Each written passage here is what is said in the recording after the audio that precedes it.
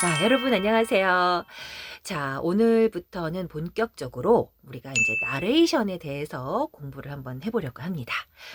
연기보다 나레이션이 더 어렵다. 이렇게 느끼는 학생들이 굉장히 많아요. 그리고 실제로 나레이션을 해보라고 하면 책을 줄줄줄줄줄 읽는 학생들이 많은데, 연기는 뭐 어쨌든 간에 뭐 되든 안 되든 뭐 드라마에 나오는 배우처럼 또뭐 애니메이션에 나오는 그런 배우처럼 어느 정도 흉내를 여러분들이 좀 그래도 내긴 하는 것 같아요.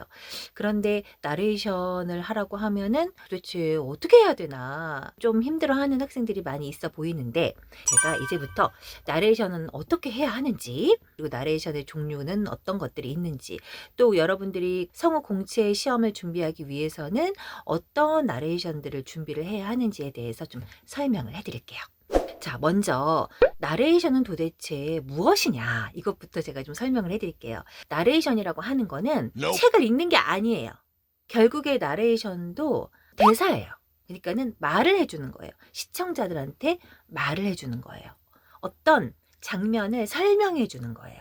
설명을 하는데 여러 가지로 설명을 할 수가 있겠죠. 예를 들면 화자의 심리 상태를 설명할 수도 있고, 아니면은 이 사람이 지금 뭐 걸어갔다, 문을 열었다, 누구를 쳐다봤다, 동작, 이런 사건의 전개를 설명할 수도 있죠. 근데 중요한 거는 어쨌든 설명을 해주는 겁니다. 시청자한테 얘기를 해주는 거예요. 이게 굉장히 중요해요, 여러분. 그래서 나레이션도 분명히 누군가한테 말해주는 것처럼 해야 한다 라는 게 일단 기본 전제예요. 근데 대사와는 또 어떻게 다르냐, 이런 걸 좀 궁금해 할 수 있겠죠.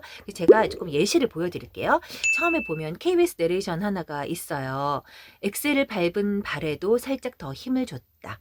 하늘과 구름, 연두빛 잎사귀들을 머금은 호수가 시야를 가득 채웠다. 자, 이런 나레이션이 있죠. 자, 이게 끝에만 다로 끝났을 뿐이지 대사와 똑같다는 거예요.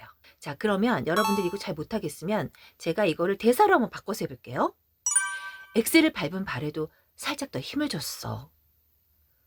하늘과 구름, 연두빛 잎사귀들을 머금은 호수가 시야를 가득 채웠어. 그 순간 나는 운전이 무섭지 않다고 생각했어. 자, 제가 지금 대사로 바꿔서 했는데 누군가한테, 내 친구한테 이 얘기를 해주는 거예요. 제가 어로 바꿨죠. 자, 한번 요로도 바꿔볼게요. 뭐 예를 들면 뭐뭐 했어요, 했습니다, 이렇게도 할 수 있겠죠. 말을 할 때 엑셀을 밟은 발에도 살짝 더 힘을 줬어요. 하늘과 구름, 연두빛 잎사귀들을 머금은 호수가 시야를 가득 채웠어요. 그 순간 나는 운전이 무섭지 않다고 생각했어요. 그렇게 느낀 적은 단 한 번도 없었기 때문에 신기한 일이었어요. 자, 제가 지금 어요로 했죠. 어로 하든 어요로 하든 지금 대사로 바꿨잖아요. 이게 여러분들 끝에를 다로만 바꾸면 똑같이 나레이션이 되는 겁니다. 자, 제가 다로 다시 똑같이 바꿔볼게요. 엑셀을 밟은 발에도 살짝 더 힘을 줬다. 하늘과 구름, 연두빛 잎사귀들을 머금은 호수가 시야를 가득 채웠다. 그 순간 나는 운전이 무섭지 않다고 생각했다. 그렇게 느낀 적은 단 한 번도 없었기 때문에 신기한 일이었다. 자, 여러분들, 제가 방금 어로 했을 때와 어요로 했을 때, 다로 했을 때 어때요? 똑같은 거 아시겠어요? 네, 다르지 않아요. 똑같아요. 예. 이제 대사를 할 때는 조금 더 뭐 조사라든가 이런 부분을 올라가다 내려가다 더 꾸밀 수는 있겠죠. 예를 들어서 엑스를 밟은 발에도 살짝 더 힘을 줬어. 하늘과 구름, 연두빛 잎사귀들을 머금은 호수가 시야를 가득 채웠어. 그 순간 나는 운전이 무섭지 않다고 생각했어. 조금 더 나는 뭐 이렇게 올리는 말을 할 수가 있겠죠. 대사할 때는. 자, 나레이션을 할 때는 대사는 대사인데 이런 것들을 조사를 올리지 않는 대사라고 생각하면 될 것 같아요. 꾸밈이 없이 누군가한테 전달하는 그런 느낌. 네, 그런 식으로 하는 게 나레이션이다 라고 생각하면 여러분들이 조금 더 나레이션을 접근하기가 편할 것 같아요.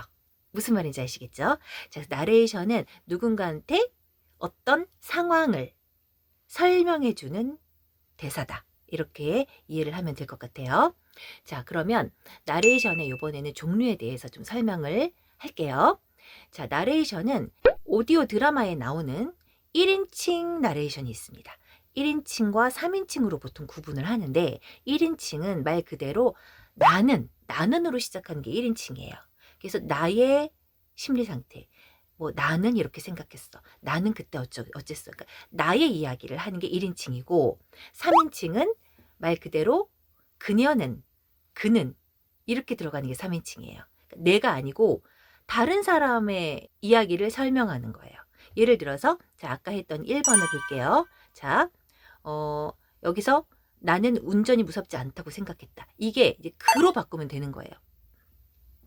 그는 엑셀을 밟은 발에도 살짝 더 힘을 줬다. 하늘과 구름, 연두빛 잎사귀들을 머금은 호수가 시야를 가득 채웠다. 그 순간 그는 운전이 무섭지 않다고 생각했다.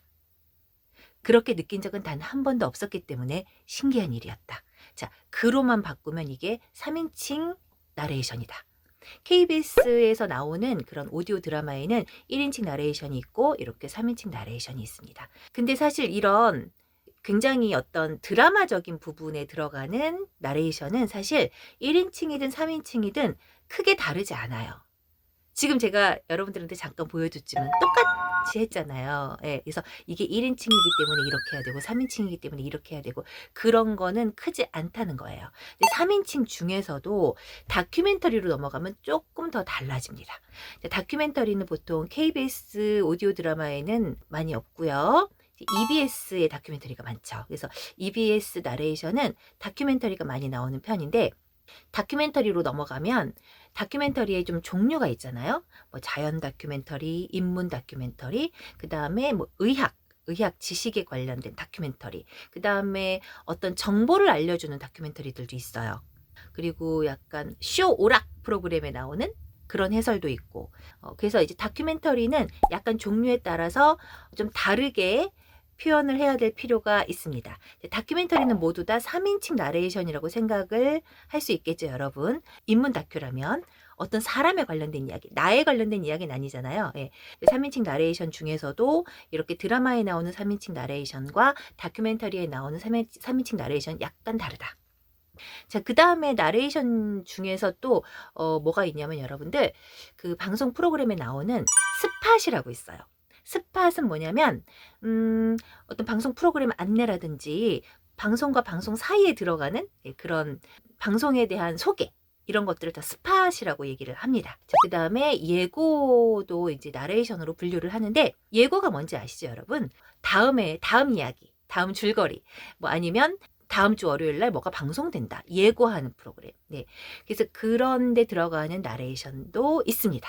그래서 스팟이랑 예고는 조금 나레이션은 나레이션이지만 굉장히 좀 활기차게 에너제틱하게 그리고 그 나레이션을 딱 들으면 저 방송 보고 싶어. 나 봐야지? 약간 이런 느낌이 들게끔 해줘야 되는 거죠. 뭐 대원이나 툰이나 뭐 대교나 이런 방송국에서는 그런 예고 나레이션이나 스팟 이런 것들도 시험 문제에 종종 출제가 됩니다. 자, 그렇게 해서 나레이션 종류를 지금 조금 여러분들한테 설명을 해드렸어요. 자, 그러면 여러분들이 직접 이 나레이션의 종류를 한번 직접 한번 귀로 어떻게 분위기가 다른지 한번 들어보세요.